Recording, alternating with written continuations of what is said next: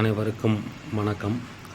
உலகம் முழுவதும் மரங்களின் மூலம் கிடைக்கக்கூடிய உணவுப் பொருட்களின் உற்பத்தியை ஊக்குவித்து அதிகப்படுத்த வேண்டும். உலகில் மனித சக்தியில் கோடிக்கணக்கான மனித சக்தி 800 கோடி பேரில் சுமார் 700 கோடி பேர் மேல் பிறந்து தங்களுடைய அடிப்படை தேவைகளுக்கான சிலவற்றை மட்டும் செய்துவிட்டு இந்த உலகில் இறக்கக்கூடிய ஒரு அவல நிலையில் தான் தற்போது உள்ள சிஸ்டம். இந்த பணத்தை வச்சு உருவாக்கியுள்ள ஜிடிபி, கரன்சி, அப்புறம் பேங்கிங், இந்த பொருளாதார சிஸ்டம் ஒரு தவறான சிஸ்டம். அது தவறாக இருக்குது. இதெல்லாம் ஒழித்துட்டு இதெல்லாம் என்னென்னா மக்களாட்சி முறை உருவாக்குவதற்கு பதிலாக மீண்டும் மறைமுக மன்னராட்சி முறையை உருவாக்கி வைத்துள்ளது இந்த உலகில். எனவே இது அனைத்தையும் அழித்துவிட்டு மீண்டும் உலகம் முழுவதும் அரசுடைமையாக்க வேண்டும் ஃபஸ்ட்டு. அப்புறம் அப்படி அரசுடைமையாக்கப்பட்ட சிஸ்டம் வந்தால் தான் உலகில் இப்படி வீணாக போகிற மக்கள், கோடிக்கணக்கான மக்கள், கிட்டத்தட்ட 700 கோடி மக்கள் எந்த ஒரு மற்ற மனிதர்களின் தேவைக்காக ஒன்றுமே இந்த உலகத்தில் பண்ணாமல் பிறந்து வாழ்ந்து செத்து போகிறாங்க. அப்படி ஒரு கேவலமான சிஸ்டம் இந்த பணத்துவத்தை பொறுத்தளத்தில் இருக்குது. அப்போது இதை நம்ம சரி பண்ணுறதுக்கு இல்லாமல் நமக்கு முக்கியமான உணவுப் பொருட்களில் முக்கியமானது மரங்களின் மூலம் கிடைக்க உணவுப் பொருட்கள்.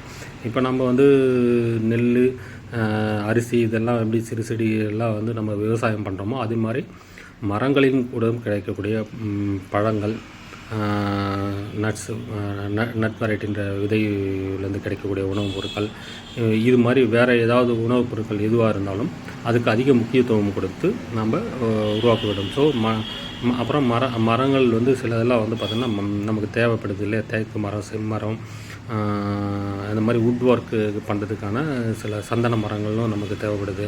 இதெல்லாம் மனித சக்தியில் வீணாப்புற மனித சக்தியில் முறையாக பயன்படுத்தி உலகம் முழு கோடிக்கணக்கான மக்களை பயன்படுத்தி இந்த மாதிரி காடுகள் உருவாக்க வேண்டும். உணவுப் பொருட்களை தரக்கூடிய மரங்களை வளர்க்கக்கூடிய காடுகளை உடனடியாக வளர்க்க வேண்டும். இது ரொம்ப ரொம்ப ரொம்ப முக்கியமானது ஒன்று.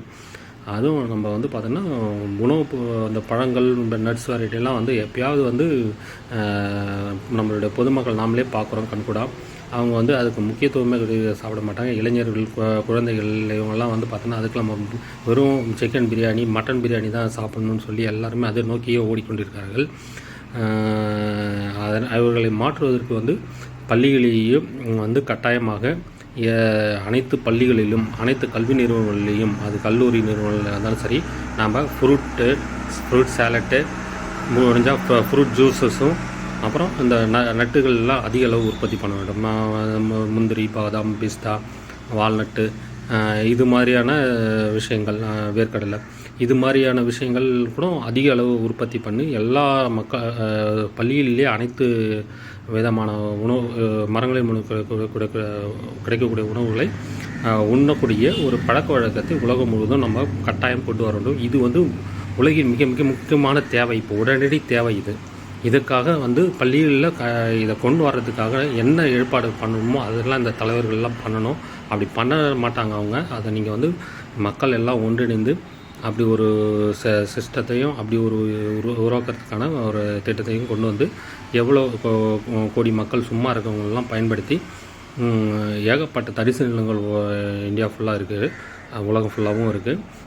அந்த தரிசு நிலங்களில் இந்த மரங்களிலும் கிடைக்கக்கூடிய உணவுகளை உற்பத்தி செய்கிறதுக்கு அந்தந்த பகுதியில் நீர்நிலைகளை உருவாக்கி அதில் நீரில் சேகரித்து அதை மூலமாக பாசனம் செய்து எவ்வளோ விதைகள்லாம் சேகரிக்கணுமோ இந்த மரங்களுக்கு தேவையான விதைகள் அதை வளர்த்து எந்தெந்த ஏரியாவில் அது வளருமோ அந்தந்த ஏரியாவில், இப்போ உதாரணத்துக்கு இப்போ ஆப்பிள் விளையணும்னா அது குளிர்ச்சியான காஷ்மீர், அந்த மாதிரி ஊட்டி, அந்த மாதிரி பகுதிகளில் வளருது.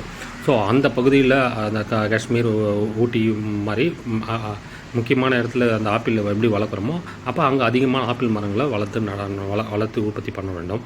அதே மாதிரி மற்ற எந்தெந்த பகுதியில் எந்தெந்த மண் வளத்துக்கு தகுந்த மாதிரி அதிக பழ வகைகளோ அந்த விதை வகைகளோ வளருதோ, முந்திரினாக அதுக்குன்னு ஒரு மணல் பகுதி இருக்கணும். ஸோ அந்தந்த பகுதியில் கோடிக்கணக்கான மனித சக்திகளை பயன்படுத்த வேண்டும். உலகம் முழுவதுமே பயன்படுத்தி மரங்களின் மூலம் கிடைக்கக்கூடிய உணவுப் பொருட்களுக்கு மிக முக்கியத்துவம் கொடுத்து உற்பத்தி செய்ய வேண்டும். அதுவும் முற்றிலுமே மக்கள் மறந்தே விடுகிறார்கள். இப்போது பழ வகைகளை சாப்பிட்றதுக்கும் அதை மனிதன் சமைத்து உண்ணும் பழக்கம் வருவதற்கு முன்பு வரை அவர்களுக்கு அதிகம் உண்ட உணவு என்பது பழ வகைகள் தான் அதிகமாக இருக்க வாய்ப்புகள் இருக்குது. ஏன்னா சமைக்காமல் உண்ணக்கூடிய பொருள்லாம் மற்றதெல்லாம் இப்போ நீங்கள் போய் சிக்கன் மட்டன்லாம் சமைக்காமல் சாப்பிட்ணுன்னா ஒன்றும் சாப்பிடவே முடியாது, ரொம்பலாம் சாப்பிட முடியாது. ஸோ அதிகமாக சாப்பிடக்கூடிய உணவுகள்லாம் பழ வகைகள் தான் அதிகமாக சாப்பிடணும் தான் ஒரு காலத்தில். அது ஏன் சுத்தமாக மறந்து போய் இப்போ பழ வகைகளே மனிதர்கள் தொடர்றது இல்லை. அதனால் அது அனைத்து மக்களுக்கும் பள்ளிகளிலிருந்தே கிடைத்து பள்ளிகளிலிருந்தே அவங்களுக்கு உண்ணக்கூடிய பழக்க வழக்கத்தை கொண்டு வர வேண்டும். இது கட்டாயமாக விட அனைத்து பள்ளிகளிலும் அனைத்து கல்லூரிகளிலும் மரங்கள் கொடுக்கக்கூடிய இந்த பழங்கள் விதைகள் மாதிரியான வேறு ஏதாவது உணவுப் பொருட்கள் இருந்தாலும் அதை கன்வர்ஷன் பண்ணுறது, இந்த உணவுப் பொருட்களையும் உற்பத்தி பண்ணி அதை வேறு விதத்தில் அவங்களுக்கு பிடிச்ச விதமாக கன்வர்ஷன் பண்ணி கொடுக்கணும். இதெல்லாம் செஞ்சால் ஆகணும். எப்படி சிக்கனையும் மட்டனையும் ஒரு கன்வர்ஷன் பண்ணி பிரியாணியாக கொடுத்து மக்களை அடிக்ட் பண்ணி வச்சுருக்காங்களோ அதை ஒழிக்கணும். ஒழிச்சிட்டு ஒரு நல்ல உணவாக மக்களுக்கு கொடுக்க வேண்டும். ஸோ எனவே கட்டாயம் மனித சக்தியில் விரயமாகும் கோடிக்கணக்கான மனித சக்திகளை பயன்படுத்தி மரங்கள் மூலம் விவசாயம் பண்ணி மரங்களின் மூலம் கிடைக்கக்கூடிய உணவுகளுக்கு முக்கியத்துவம் கொடுத்து இந்த சமூகத்தை எதிர்காலத்தில் மரங்களின் உணவுப் பொருட்களின் தேவையை, ஏன்னா இன்றைக்கி 800 கோடி சுமார் 800 கோடி பேர் மக்கள் இருக்காங்க. இது அதிகரிச்சுட்டே போகுது. 1500 கோடி 2000 கோடி 3000 கோடின்னு போகும்போது இந்த மரங்களின் மூலம் கிடைக்கக்கூடிய உணவுப் பொருட்களும் ரொம்ப முக்கியத்துவமானதாக இருக்கும். அது மட்டும் இல்லாமல் நமக்கு கிடைக்கிறது மட்டும் இல்லாமல் அந்த மரங்களின் மூலம் கிடைக்கக்கூடிய உணவுப் பொருட்கள் பல்வேறு பறவைகள், வேறு சில வெஜிடேரியன் சாப்பிடக்கூடிய சிறு அணில் மாதிரியான ஒரு சின்ன மிருகங்கள், சின்ன விலங்குகளுக்கெல்லாம் இந்த உணவு என்பது கிடைக்கும். எனவே இப்போ நம்ம செய்ய வேண்டியதெல்லாம் வீணாகி கொண்டிருக்கிற மனித சக்திகளை பயன்படுத்தி, கோடிக்கணக்கான மனித சக்திகளை பயன்படுத்தி உலகம் முழுவதும் மரங்களின் மூலம் கிடைக்கும் மரங்களை, அது செடி இப்போது மூலமாக கிடைக்கிது. ஒரு கொய்யா மரமாக இருக்கலாம், மாதுளை மரமும் சில செடியில் கூட கிடைக்கலாம். ஸோ அந்த மாதிரி செடி உணவுகளும் சரி உருவாக்கி அது இப்போ மிகப்பெரிய விவசாயமாக அரசே பண்ணி அரசு இலவசமாக முற்றிலும் வழங்க வேண்டும். பள்ளிகளில் வளர்கிறது இதெல்லாம் பார்த்திங்கன்னா அரசு வேலையாக இதை மாற்ற விட வேண்டும்.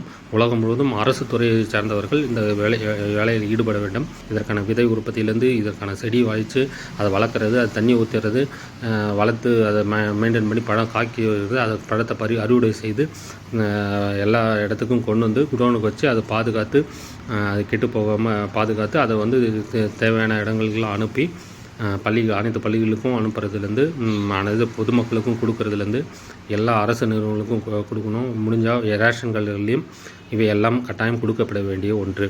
அது பழங்களும் இந்த மாதிரி பாதாம், பிஸ்தா, முந்திரி, வால்நட் இந்த மாதிரியான அனைத்துமே அதிகமான உற்பத்தி ஆகி அதை ரேஷன் கடைகளே கொடுக்க வேண்டிய ஒரு கட்டாயம் நம்ம அதை பண்ணி ஆகணும். இப்படி ஒரு சிஸ்டத்தை நம்ம உலகம் முழுவதும் இப்போ கொண்டு வரணும். இதுதான் மிக முக்கியமான உணவு தேவைக்கான ஒரு முக்கியமான ஒரு விஷயமாக நம்ம எல்லாமே புரிஞ்சுக்கிட்டு இதுக்கு முக்கியத்துவம் கொடுத்து உடனடியாக நம்ம செய்ய வேண்டும் என்று அனைவரையும் கேட்டுக்கொள்கிறேன்.